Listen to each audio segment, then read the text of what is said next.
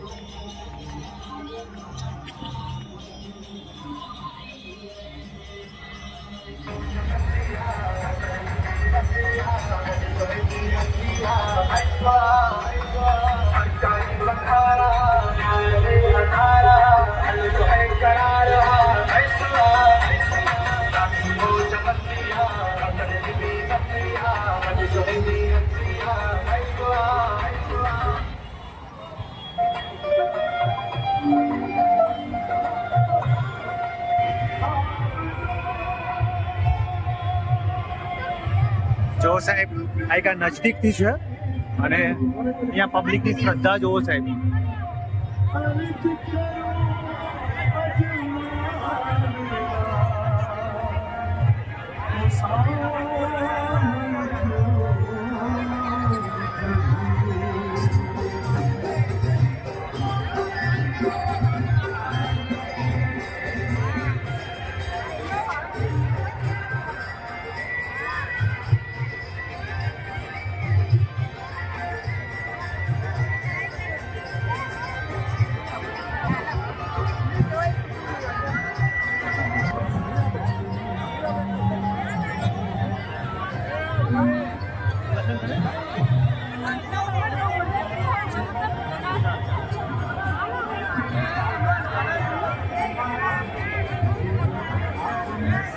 પબ્લિકની ભીડ જો ભીડ.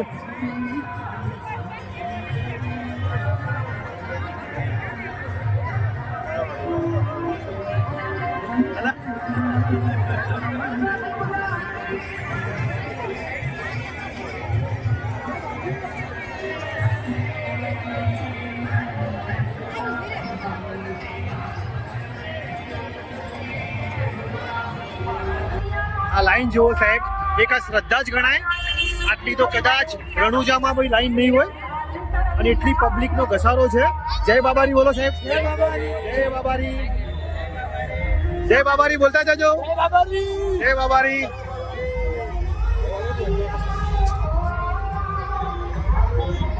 ખરેખર પબ્લિકને રણુજા કરતા અહીંયા ઘણી ભીડ છે. જુઓ સાહેબ.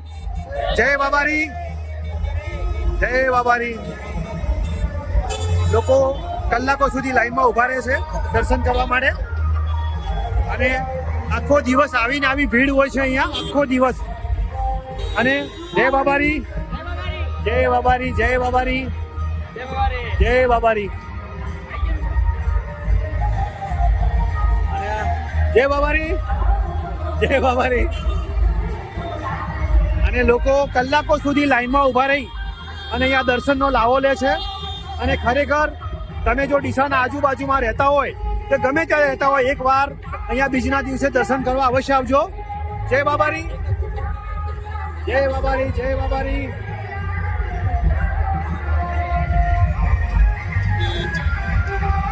એક અલગ જ માહોલ છે આખો દર્શન કરવાનો લાવો છે અહીંયા. જય બાબારી, જય બાબારી, જય બાબારી, જય બાબારી, જય.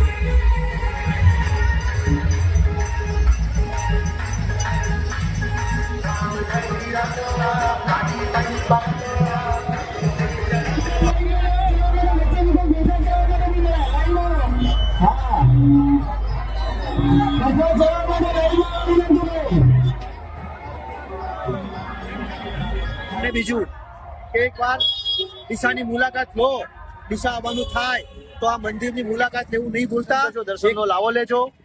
બસ જય બાબારી અને જય રામાપીર, જય માતાજી. ડીસાનું મિની રણુજા. અને તમને કેવું લાગ્યું? કારણ કે એટલી પબ્લિક આવે છે અને એટલી શ્રદ્ધાથી આવે છે કે દૂર દૂરથી ચાલીને આવે છે. અને ખરેખર આટલી પબ્લિક તો કદાચ તમને રણુજા પણ જોવા ના મળે એટલી અમારી ડીસામાં આજ મિની રણુજામાં આવે છે. તો અમારા માટે ગર્વની વાત કહેવાય.